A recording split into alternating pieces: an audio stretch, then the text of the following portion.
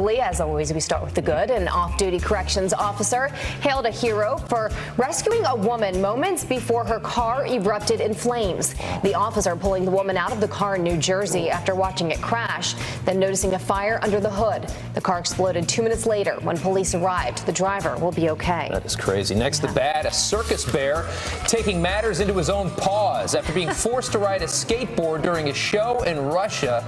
I don't like seeing this either. The angry animal attacks one of the handlers, pinning him to the ground. As the audience watches in horror, the man eventually stood up, did not appear hurt. Can't blame the bear. Wow. Okay. And finally, the ugly. Toddlers go wild and get bronzed when they break into their mom's self-tanner. The boys covering themselves head to toe in orange and brown blotches at their home in Scotland. Mom says they got into the mess when she turned her back for just a moment. You got to put that on evenly, guys. That's all it takes. Just a moment. Thanks for joining us in our new studio. See you later.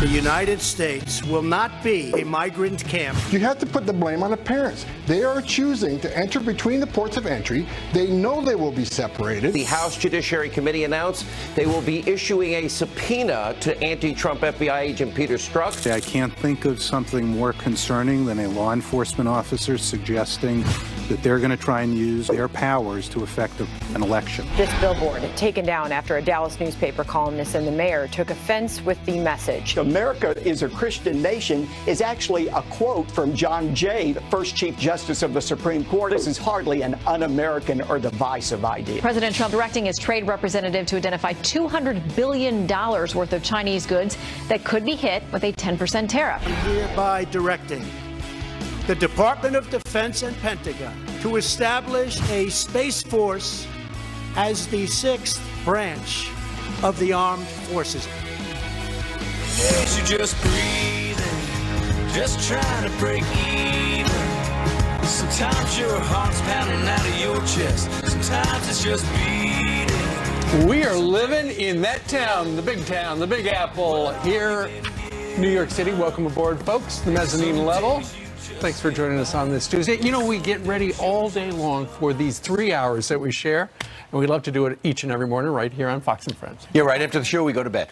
And Pretty we just get ready. Well, we start preparing. It's we have it's a an whole team all-day back deal. there, down there, that has been here all night preparing for us. And we're going to bring you the news today. Immigration, probably number one on the docket today on all networks. As you flip across, hopefully you won't. You'll stay with us.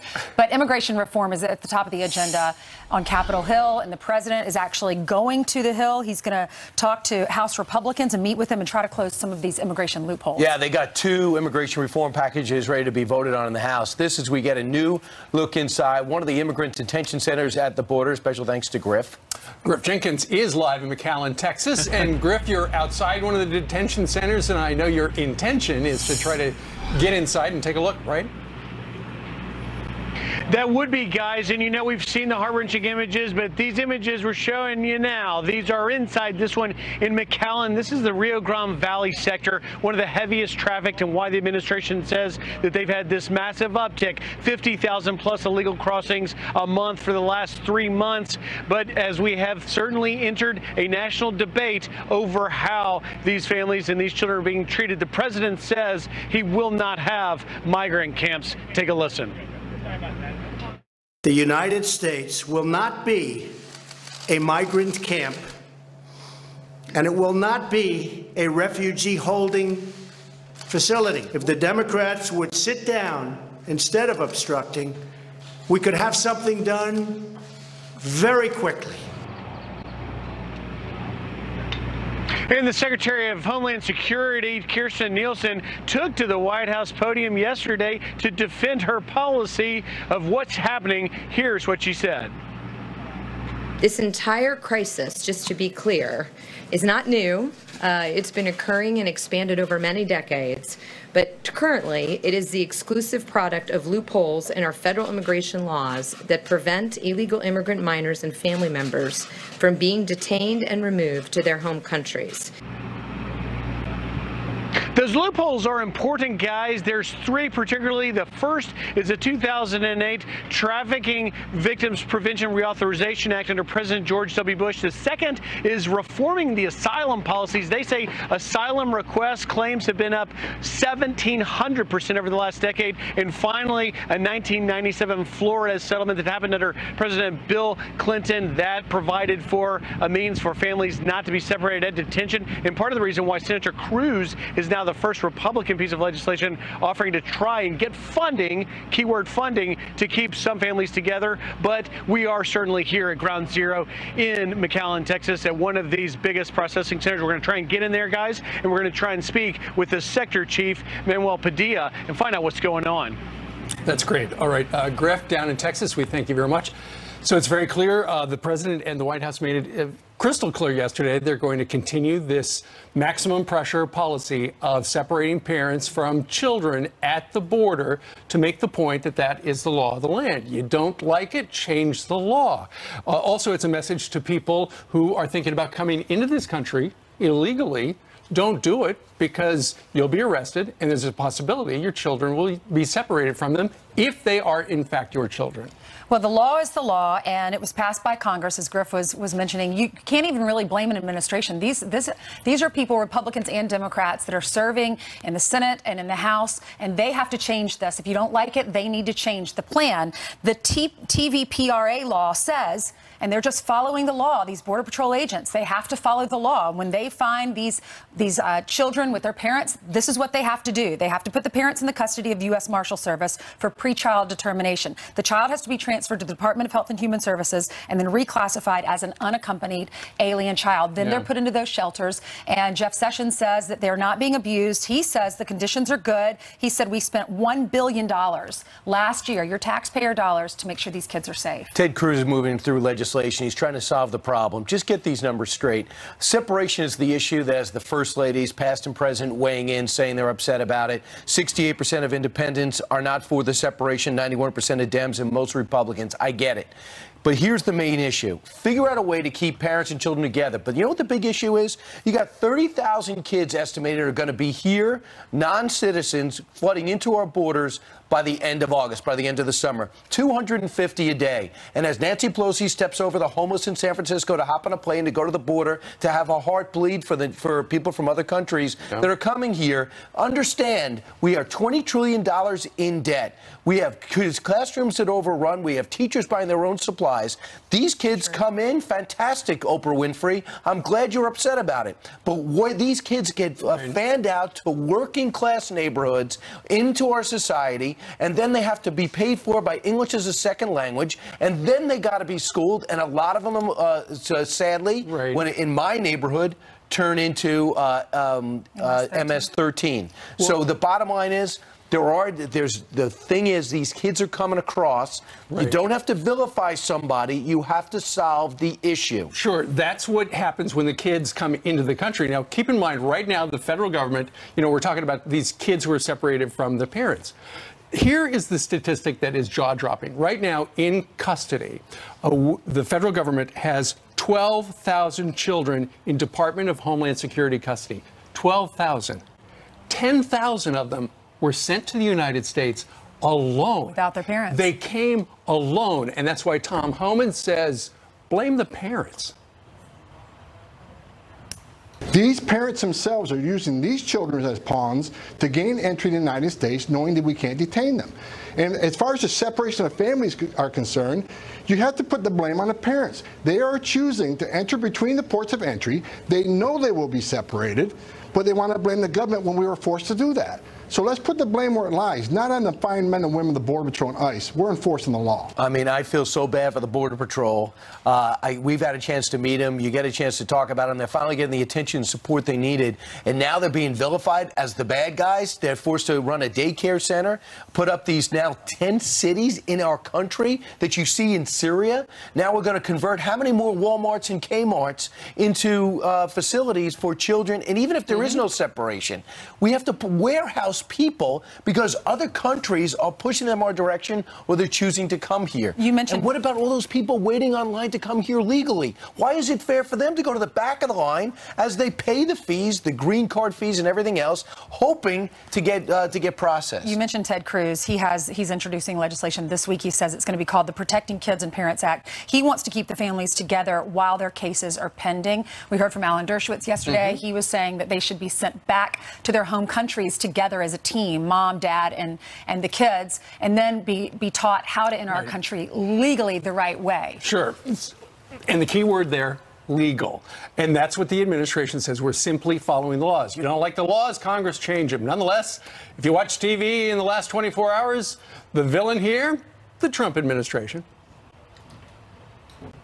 What is it that they are thinking? Do they think these children deserve less than their children do in terms of care and love? Those who selectively use the Bible to justify this cruelty are ignoring a central tenet of Christianity. Jesus said, "Suffer the little children unto me." He did not say, "Let the children suffer." We are operating with a white nationalist government that will take children hostage to get what they want. All I can say after talking to the people, watching the people, listening to the people, that the Statue of Liberty, I think, is weeping right now. Look, nobody wants kids separated from their children, from their parents. Something has got to be done. Ben Shapiro says, you know what? I'm not going to say what Ben Shapiro is going to say. Here's Ben Shapiro.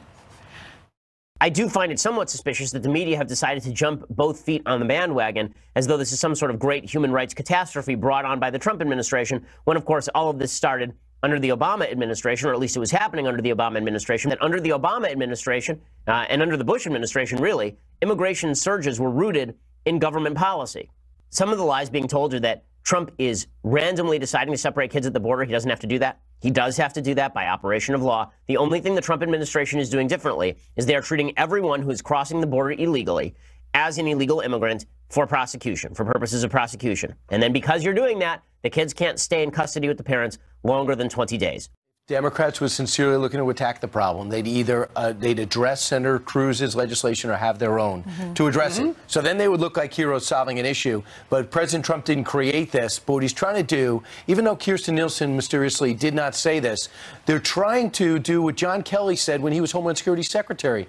Create a deterrent so people in these other countries will say, I can't get into that country like I used to. I can't just walk across the border and get in there. I have to come up with another option. Or they go to the port of entry and they claim refugee status. Because it is a deterrent, because we can't take in the whole world's population. It's not possible. We're already defending the free world with all of our taxpayer dollars. Now we have to feed and clothe the free world. Well, just keep in mind why we have these laws. It's to keep our country safe. It is to prevent the drugs from coming over, to prevent MS-13 from coming over and coming into your neighborhood, Brian. That's the reason. These people just have to be vetted. That's it. It's not that anyone wants parents separated from their kids. Right. Ultimately, the laws need to be changed. Everybody knows that. Nobody wants to see the kids separated from their parents. But what's going to happen tonight is the President of the United States is going to go up to Capitol Hill, and he's going to meet with House Republicans, and he is going to clarify his support for a bill that does something about the Dreamer situation in this country. So we've got a busy day. He tried to do something about DACA, and I know. Didn't happen. Yeah, we'll see if something moves through the House. Hey, Jillian. Hey, good morning to you guys. Happy Tuesday. Happy Tuesday to you. Let's start off with some severe weather.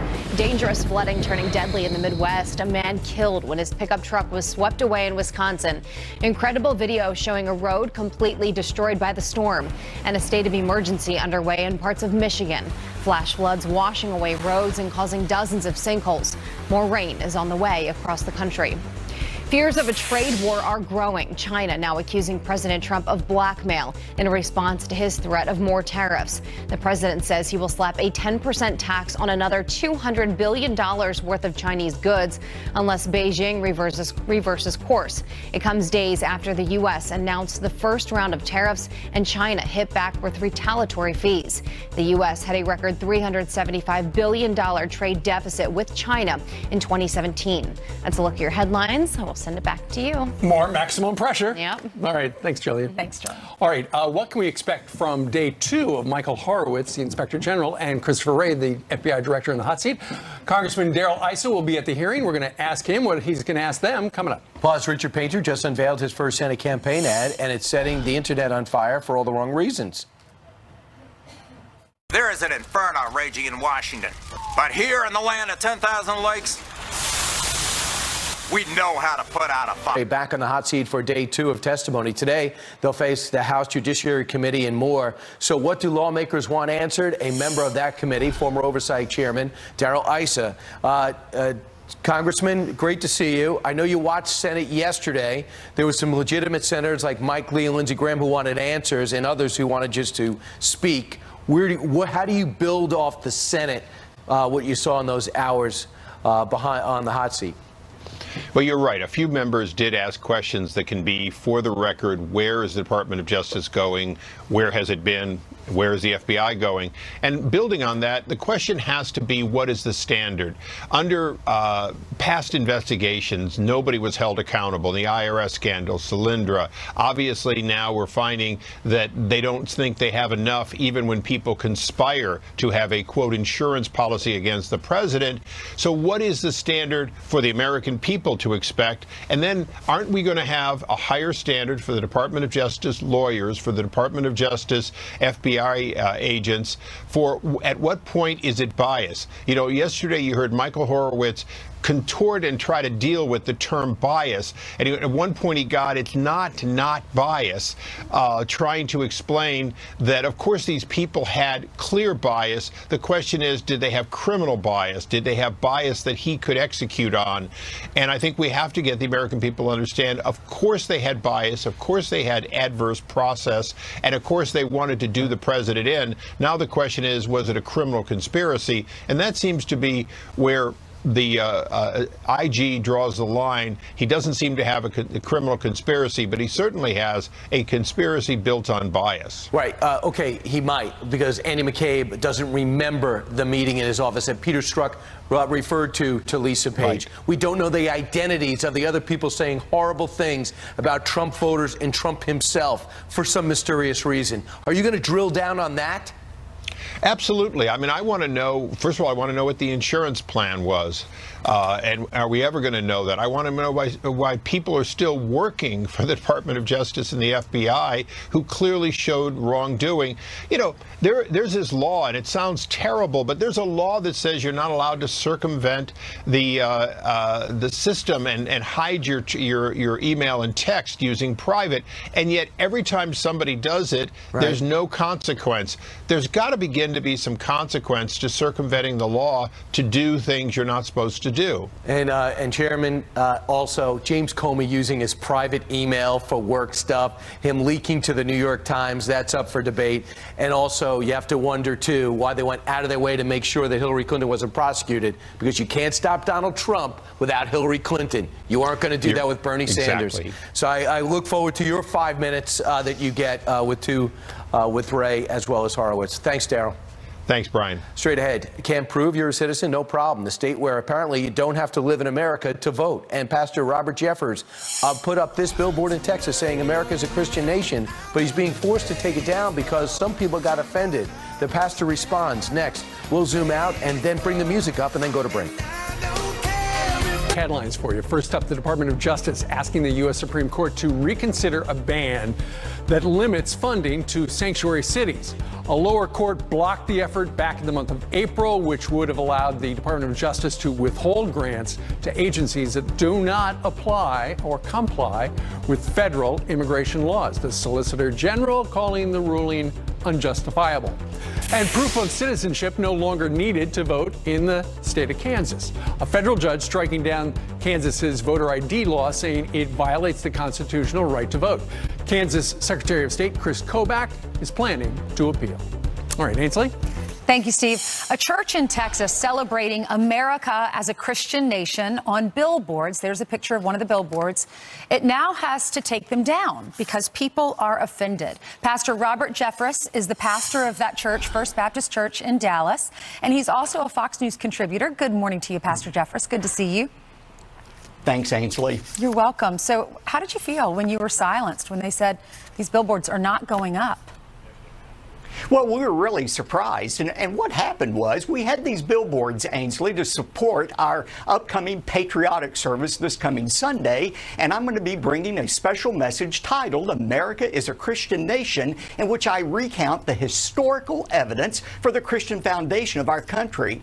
Well, as soon as the billboards went up, the Dallas Morning News wrote a scathing article about these billboards, accusing me of being hateful and divisive with these words. And they interviewed the mayor of Dallas, who agreed with that assessment and said that I was divisive and that these words do not represent who Dallas is. 24 hours later, we received notice from the billboard company that they were going to take down the billboards, and they cited this Dallas Morning News article that contained the mayor's comments. And Ainsley, I want to be clear about this. We support the right of the billboard company not to put out a message they disagree with, just like that wedding cake baker. But what we don't support is the mayor of Dallas and his chief communications officer weighing in on this topic, showing hostility toward our church and directly or indirectly influencing the billboard company. The Supreme Court just said 2 weeks ago in that wedding cake case that government has to be neutral, not hostile toward religion, and we believe Mayor Mike Rawlings has shown hostility toward our church. I was a little shocked when I read that the mayor was weighing in on this and saying that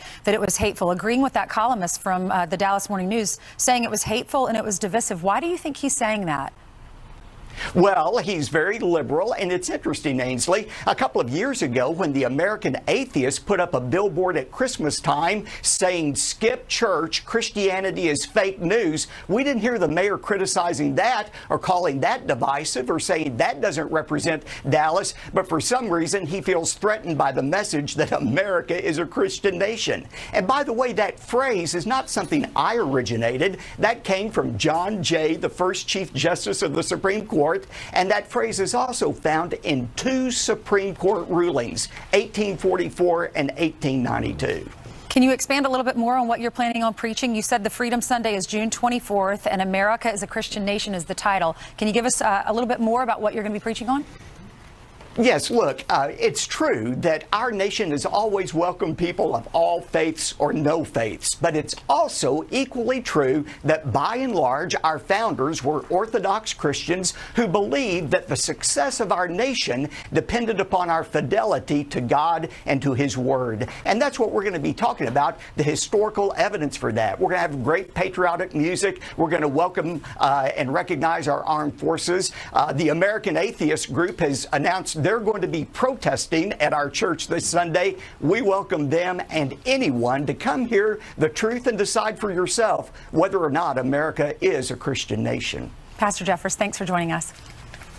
Thanks, Ainsley. You're welcome. All right, parents are furious after a principal invites an anti-police extremist to career day. He told them that all the police were bad and all the police wanted to kill people. How the school is responding this morning, we'll tell you that. And lawmakers on both sides of the aisle are fighting over how to solve the immigration crisis. Is there a solution that we can all agree on for those kids and for their parents? Our panel is here to discuss that, coming up next. So we want a safe country, and it starts with the borders. And that's the way it is. And again, we can do this very quickly if the Democrats come to the table. The immigration debate reaching a boiling point across the country as outrage mounts over family separation at the border. President Trump will head to the Hill tonight ahead of the House votes on immigration bills. How can we find common ground? Here to weigh in, we've got a special panel, and I'll introduce you to them one at a time. First of all, can I see the hands of those of you who think we've got a big problem regarding immigration in this country? All right, y'all think it's a big problem. Can I see the hands of anybody who thinks that separating kids from their parents is a good idea? Okay, that's where we're going to start. We've got a problem, and it sounds like that big building behind you has the answer. But Chuck, it's politics, and you're a Democrat, you're a strategist. The Democrats and the Republicans right now are far apart. This is a visual that nobody wants to see right now. Democrats don't want to see it. Republicans don't want to see it. And as a Texas Mexican that grew up in Texas, this is a very personal issue for my family who immigrated here. Many Americans' families immigrated here. Nobody wants to see a small child taken from their mother. And the problem, I think, is that people are playing too much politics on both sides. And what's suffering are the children and the mother in between. When you have mothers who are coming here, turning themselves in, not trying to sneak into the country, bringing little children with them saying we're fleeing for our lives, we should be doing more as Americans to stand up for them. But, David, it's not just politics, it's also the rule of law. Yesterday we heard from the Department of Homeland Security Secretary Kirstjen Nielsen, and we also heard from the president, said, look, these are the laws on the book, and we have a zero tolerance policy. We're going to enforce them. Look, nobody likes the optics, and the optics are bad on this. But the problem is there hasn't been a lot of solutions, Steve. Yeah, the emotion has been played out, and especially around Father's Day, the ripped from their, families issue played out. Democrats push that. But what about the solutions? There have been loopholes put in place, contradictory laws put in place, structures and processes that have not worked. And the Democrats, primarily, and Republicans to blame for some of this on their part, have not done anything about it for 2 administrations now. This is not a new problem. The optics the Democrats pushed was the day one that President Trump came in, suddenly concentration camps were built, internment camps were built. It's dishonest, and it doesn't go to the solution. And we need real honest brokers who want to tackle the problem and fix the many aspects of it. And by the way, if you want asylum, there are ways to do it legally. Crossing the border illegally is not seeking asylum. And you look just at the facts, and of the 12,000 kids who are currently being held by the federal government, 10,000 of them, Wendy, came into the country alone. So they were separated before they even got to the United States. You are the mother of a woman who was killed by somebody who was in this country illegally. You think about this all the time. Every day. So how do you fix it? I just hope that President Trump continues down the path of fixing the problem. The separation of children and moms and dads is very sad, but they wouldn't be abused. They would be taken care of. But if your parent, if you come into the country illegally, that's a crime. So you've committed a crime. So do you understand what the president is doing by saying, okay, we're going to enact the laws, we're going to enforce the laws of the land, separate the families if they try to come into the country illegally? If that's what has to be done, I mean, I wouldn't want any, my daughter was brutally murdered, and it's the last thing a mother and father want to do is bury their own child. And this man was supposed to be deported 3 times. He had already been in jail for attempted murder. Oh my goodness. And he got out, and ICE let him go that very same day, and he killed my daughter 5 months later. All right. So. I know. Our heart is with you. Michael Wilds is an immigration attorney, friend of the show, been on a million times talking about these issues. Michael, we can see the problem. There are big problems with immigration. Too many people come into the country illegally. Too many people are here. They don't have status. How do we fix it? Well, first, I should say it's a privilege to be here. And Wendy, my heart goes out to you over your extraordinary loss. Thank God the overwhelming amount of people coming to our country are not murderers, are not criminals. And we have to fix this system. It's an extraordinary system, and there's a disingenuousness on both sides. Parents that would shield themselves with children, and yet nations that won't absorb our, the citizens of the world that are in harm's way. Yeah. It's really up to Congress and the president to step up. The inhumanity of what we're seeing now at detention centers. But Michael, the two sides are so far apart. They're so dug in. They realize if we pass something, then we don't have that issue.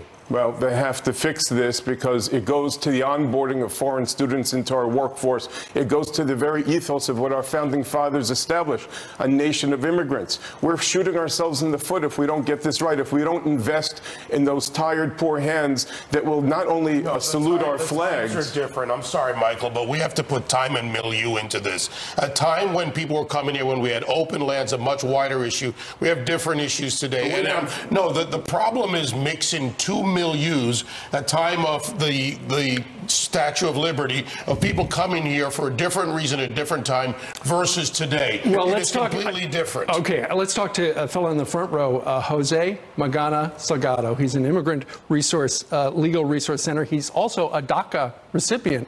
Jose, it sounds like the president is going up to Capitol Hill later today to talk to House Republicans about the two bills. One of the things he wants to do is come up with a bill that protects people like you who are in the country with Dreamer status. You know, as a DACA recipient, being here in the country for 30 years, going to a Christian Baptist law school and working with 4,000 DACA recipients in my similar situation through the Dream US, we want this problem resolved. But we don't want a roadmap to citizenship that comes at the expense of other immigrant populations. Drastically cutting legal immigration, having taxpayers and not Mexico pay for a $23 billion wall, and gutting our asylum system, ending family separation by ensuring that kids are incarcerated with their parents. That is what the bills on Capitol Hill would do. Congressional Republicans are simply undermining President Trump.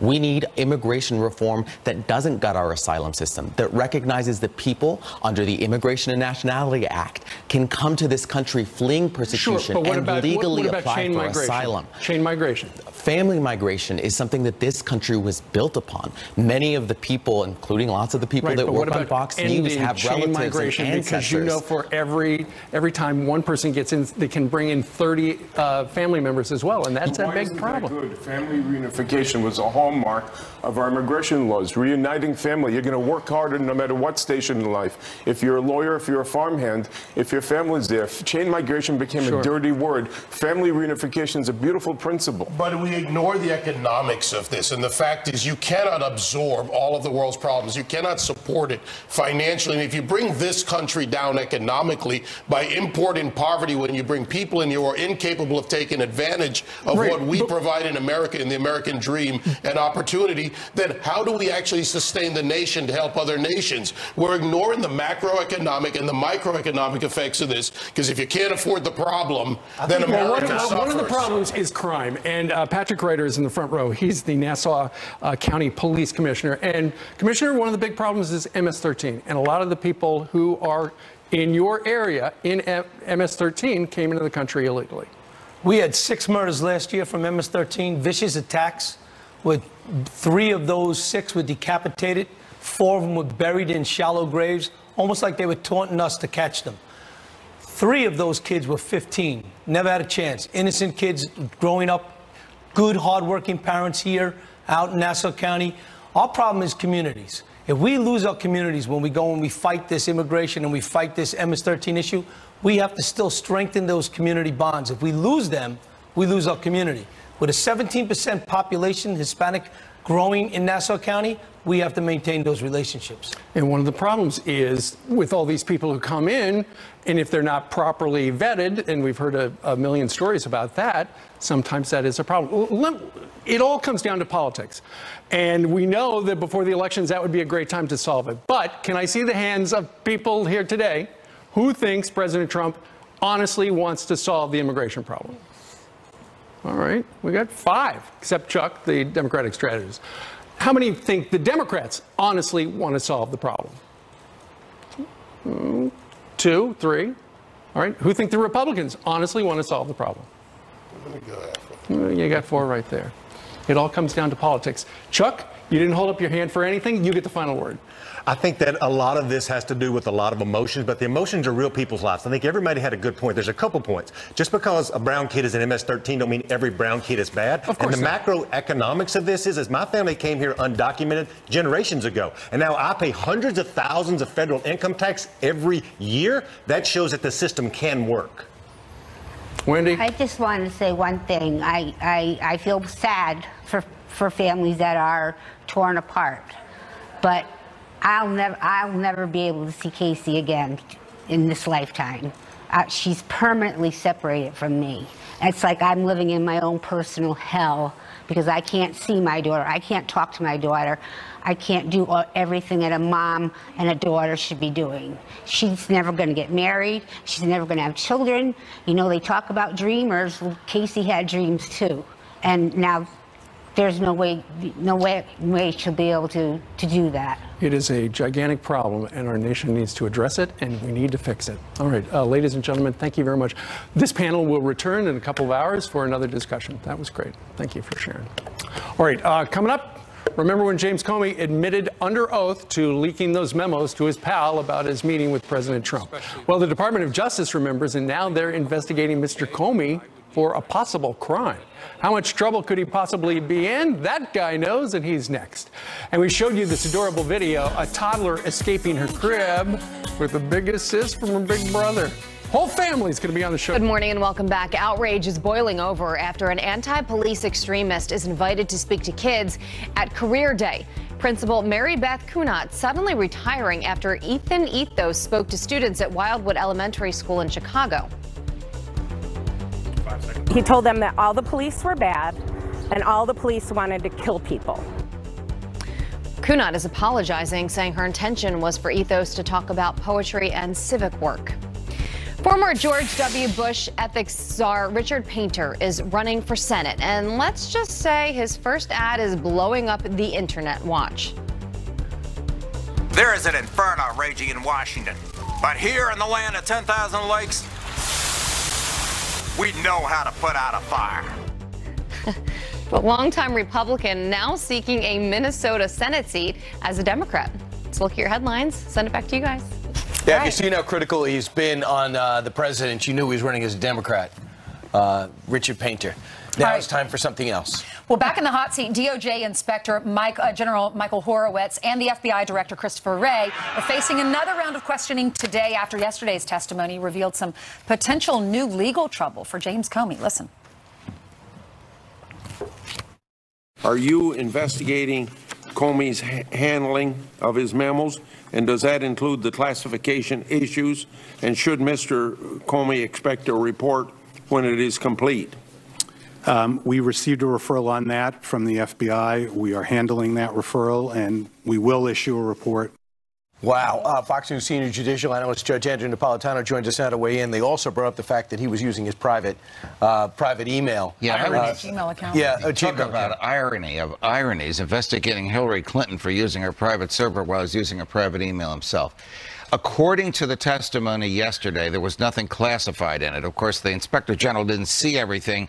He's going on the basis of the words of Jim Comey, testified to under oath, that yes, I did use a private email for FBI business, but no, there was nothing classified on it. That's issue number one. Issue number two, the referral. The FBI referred to the Inspector General the idea that he needs to investigate whether or not when Jim Comey released the memos of his conversations with the president, he violated DOJ policy, probably, violated the law, probably not. I'm saying probably because we don't know all the details, but that's what Mike Horowitz said he was investigating. But what I saw yesterday that startled me the most, it wasn't the Democrats getting their narrative out of this, that this has nothing to do with Russia, or the Republicans getting their narrative out of this, that the investigation of Hillary was so wide of the mark. We've never seen anything like it. It was obviously motivated by politics, no matter what you say.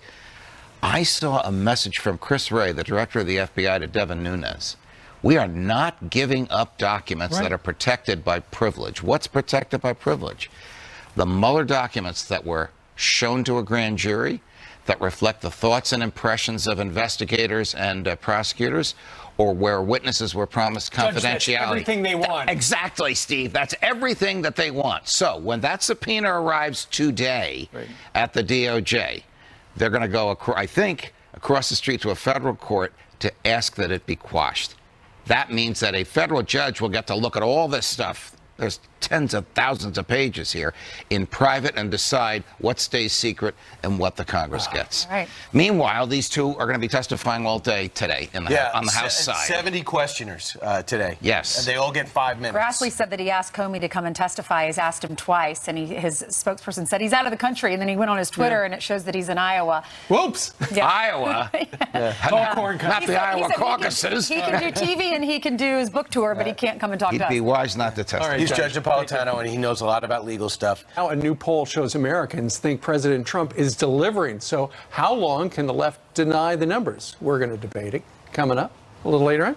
But right now, Todd Pyro joins us because outrage is boiling over. Todd, tell us a little bit about something that happened at a school. This is really tough to sort of break down. I'm going to try to at least break it down for you. That principal in Chicago, Mary Beth Kunat, she personally invited anti-police activist Ethan Ethos to speak to kids at the Chicago Public School. Now, Ethos is a self-described radical who routinely posts violent anti-police rhetoric online. So it's really not like his platform should come as a shock. So why would you invite this individual to come speak to a bunch of middle schoolers? That's the question. Career day. Yeah, exactly. And here's one of the things that this individual wrote following a police shooting where an individual in the Chicago Police Department was executed. Ethos writes this: blank him and his family. In an apology letter to parents before retiring, Kunat wrote that she brought in Ethos to talk about his poetry and civic work, but things went off the rails. Then apologizes. I was present when his narrative took a negative turn about policing, at which point I immediately intervened. I care about your children and would never intentionally expose them to or endorse this type of negativity, but that explanation not sitting well with parents. And you know, parents are just so fired up about what's going on there. Basically, you might imagine what they're going to say. Why is this individual in my kid's school? This is a predominantly police community. Why would you bring in somebody who's so clearly anti-cop in his thinking?